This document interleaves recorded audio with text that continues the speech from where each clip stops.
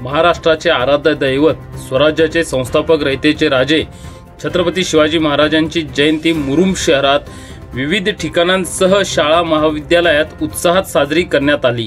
त्याच अनुषंगाने शहरातील जिल्हा परिषद मुलांच्या प्रशालेत देखील प्रशालेचे मुख्याध्यापक विजयकुमार देशमाने यांच्या संकल्पनेतून अनोख्या पद्धतीने मोठ्या उत्साहात जयंती साजरी करण्यात आली।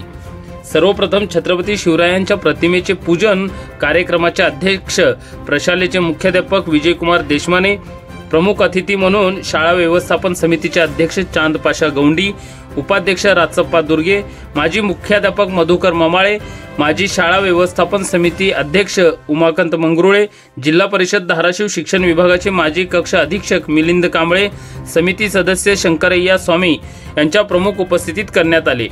यावेळी शिक्षणप्रेमी नागरिक सुरवसे, नागसेन बनसोडे, सेवानिवृत्त शिक्षक सुभाष भटकर, अब्दुल समद सय्यद आदी उपस्थित होते।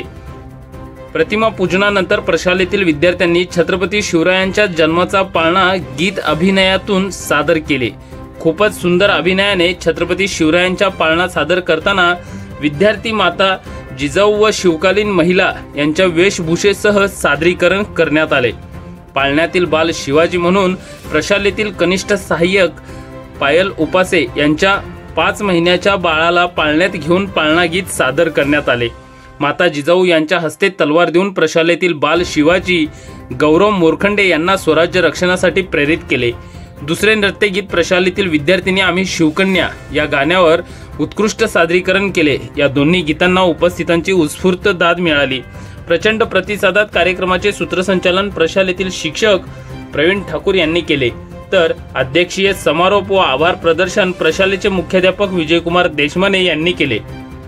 छत्रपती शिवरायांच्या जयंती सोहळ्याच्या कार्यक्रमाच्या यशस्वी नियोजनासाठी प्रशालेतील विलास कंटेकुरे, शिवाजी कवाळे, संतोष कडगंचे, मोहन राठोड, राजू पवार, नागनाथ कामशेट्टी, पायल उपासे, संगीता घुले, उमाकांत तांदळे, निर्मला परीट, बालाजी परीट यांच्यासह विद्यार्थ्यांनी प्रचंड मेहनत घेतली। या कार्यक्रमाकरिता शहर व परिसरातील विविध पालक मान्यवरांसह विद्यार्थ्यांची संख्या मोठ्या प्रमाणात उपस्थिती होती।